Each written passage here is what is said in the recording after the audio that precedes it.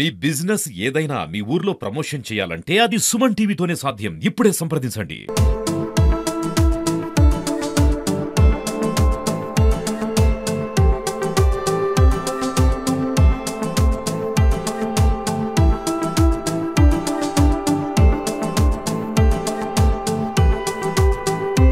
ఏ పని చేసినా ముందు ఆమె ఉండి నడిపిస్తుంది. నేను ఫస్ట్ నుంచి నేను క్రికెట్ అంటే చాలా ఇష్టపడేవాడిని. క్రికెట్లో తెలంగాణ రాష్ట్రానికే ప్రాతినిధ్యం వహిస్తున్న వెంకటేష్ ఒక క్రికెటర్నే కాదు, గొప్ప ప్రేమికునిగా కూడా ఊర్లో పేరు పొందాడు. ఈ వెంకటేష్ కంటే ముఖ్యంగా గొప్పతనం మాత్రం ఆమె భార్య నాగేంద్రకే దక్కింది. కాబోయే భర్తకు 2 కాళ్ళు లేవని తెలిసినా కూడా తన నిండు మనసుతో ఆయన వివాహం ఆడింది.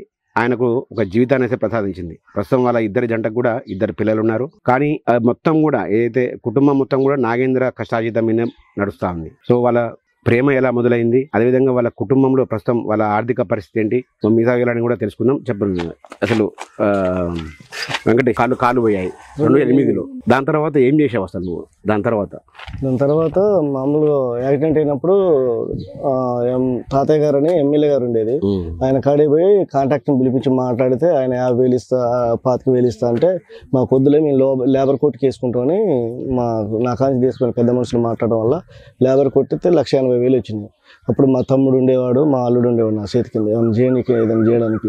అయితే ఆ టైంలో ఇక చేసే పరిస్థితి ఏం లేక కిరాణా షాప్ పెట్టుకుని డిగ్రీ కంప్లీట్ చేద్దాం అనుకున్నా. కిరాణా షాప్ పెట్టుకున్న ఆ డబ్బులు పెట్టి కిరాణా షాప్ పెట్టిన తర్వాత ఇటు చదవడానికి పోవడానికి లేక కోర్టులోకి వెళ్ళక అంతా ఆర్థికంగా ఇబ్బంది అయింది. తర్వాత మా మిస్సెస్ని లవ్ చేసి పెళ్లి చేసుకోవడం జరిగింది. తర్వాత ఇక అన్నిటికీ ఆమె చూసుకుంటుంది. ఇప్పుడు అన్నీ ఉన్న వాళ్ళని కూడా అమ్మాయిలు ఇష్టపడట్లేదు చాలామంది. 2 కాళ్ళు కూడా లేవు ఆయనకు. ఎట్లా ఇష్టపడ్డావమ్మ? అసలు మీ ప్రేమ ఎట్లా స్టార్ట్ అయింది? నేను ఆయన 2-3 సార్లు చూసిన. ఇక్కడికి వచ్చినప్పుడు ఫోన్ ద్వారా పరిచయం. డబ్బు నేను బట్టల షాప్లో పని చేస్తాను హైదరాబాద్. అట్లా ఫోన్ ద్వారా ఆయన కూడా అడిగింది, నాకు ఇట్లా కాళ్ళు లేవు, మరి చేసుకుంటున్నాను అన్నాడు. ఇంకా నేను కూడా ప్రేమించిన, ఇష్టపడి వదిలిపెట్టడం మంచిది కాదుగా అని ఇక ఆయన కాడికి వచ్చి మా అమ్మ వాళ్ళు అప్పుడు ఇష్టపడలేదు, వద్దన్నారు, కేసు పెట్టి అది చేసి తీసుకుపోయారు. అయినా మళ్ళీ వెళ్ళి వచ్చేసింది. నేను ఇక్కడికి ఆయనతోనే ఉంటున్నా.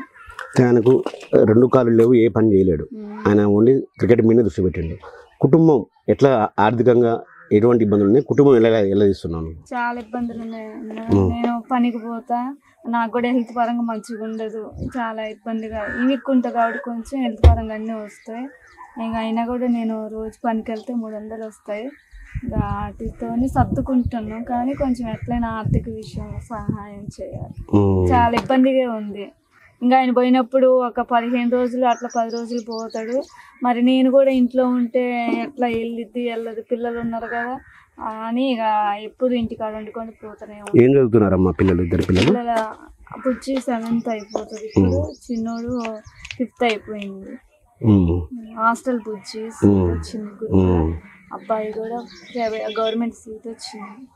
ఇప్పుడు ఆయన క్రికెట్కి పోవాలంటే ఎంతో ఆయన జేబులో అయితే ఎంతో అమౌంట్ పెట్టాలి. ఇంట్లో పని తీసుకొని పోతాడు. ఇంకా ఆయన తీసుకొని పోయినప్పుడు మేము కూడా ఎట్లయినా వెళ్ళాలని నేను పనికి పోయి ఖర్చులు ఎలా తీసుకుంటా. తినక ఆయన పోయిండని మనం ఇంట్లో అట్లా నేను పనికి పోతా, గై పెట్టి సర్దుకుంటాను. ఇక అట్లా ఎలా తీసుకుంటా. వెంకటేష్ కనుక జీవిత లక్ష్యము దేశం ఇండియా తరపున క్రికెట్ ఆడడమే లక్ష్యంగా చెప్పుకుంటున్నాడు. ఇది దివ్యాంగుల వీల్చైర్ క్రికెట్ అసోసియేషన్ సంబంధించి. అయితే ఆయన లక్ష్యం చేయడానికి నువ్వు సపోర్ట్ ఏ విధంగా ఉంది భవిష్యత్తులో? ఇంకా ఆయనకి అలా ఇష్టపడ్డాడు, ఆయన పోవాలనుకున్నాడు. ఆయన ఇష్టాన్ని మనం కాదన్నాము. ఇక పోవాలనుకుంది కాబట్టి నేను కూడా అని చెప్పిన. ఆయన గోల్ అది, ఇంకా ఆయన రీచ్ అవ్వాలని నేను కూడా కోరుకున్నాను. ఇప్పుడు ఆర్థికంగా ఎట్లా అమ్మ? మరి ఆర్థిక విషయంలో ఇంకా వాళ్ళు ఖర్చులు పెట్టుకుంటే బాగుంటది. కానీ ఇప్పటి వరకైతే మా ఖర్చులే చాలా పెట్టుకుని ఇంట్లో కూడా తీసుకుపోయేది. ఇంకా వాళ్ళు పెట్టుకుంటే బాగుంటుంది అని అనుకుంటున్నాను. ఓకే, వెరీ గుడ్ అమ్మా. నీలాంటి యువతులు చాలా మంది కూడా ఆదర్శంగా నిలుస్తున్నారు. సో వెంకటేష్ చెప్పండి, నీ భార్య సపోర్ట్ ఎలా ఉంటుంది మీ వైవాహిక జీవితంలో? ఏ పని చేసినా ముందు ఆమె ఉండి నడిపిస్తుంది. నేను క్రికెట్ ఫస్ట్ నుంచి నేను క్రికెట్ అంటే చాలా ఇష్టపడేవాడిని. నీ క్రికెట్ని నేను ఎందుకు కాదనాలి, నీ గోలు ఇప్పటికైనా కాలు లేకపోయినా నువ్వు దివ్యంగా తీర్చే క్రికెట్ మీద ఆడుతున్నావు కాబట్టి దాన్ని రీచ్గా నీ గోల్ ఏదైతే ఉందో అది రీచ్ అయ్యి రా అని చెప్తుంది. ప్రతిసారి ఆమె పని చేసిన డబ్బులలోనే కొన్ని ఇచ్చి పంపిస్తుంది అన్నమాట. ఓకే, మొత్తంగా చూసుకుంటే ఇప్పుడు ఏం కావాలి మీకు కుటుంబానికి? ఆర్థికంగా చాలా ఇబ్బంది అవుతుంది. ఎవరైనా దాతలు ఉండి ముందుకు వచ్చి మాకు సాయం చేస్తే అంతో ఎంతో వాళ్ళకి పేరు ప్రత్యేకత తీసుకొస్తా. వాళ్ళ రుణం మర్చిపోకుండా వాళ్ళని చిన్న చూపు చూడకుండా వాళ్ళని మంచిగా కూర్చుకుంటా.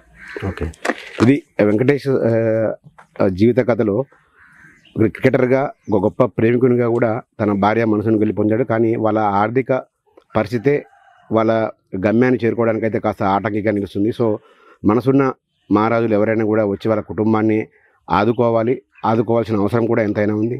సో ఒక గొప్ప లక్ష్యం వైపు వెళ్తున్న వెంకటేష్ని అయితే వెన్నుతట్టి ప్రోత్సహించాల్సిన అవసరం సమాజంలోని ప్రతి ఒక్కరిపైన ఉంది.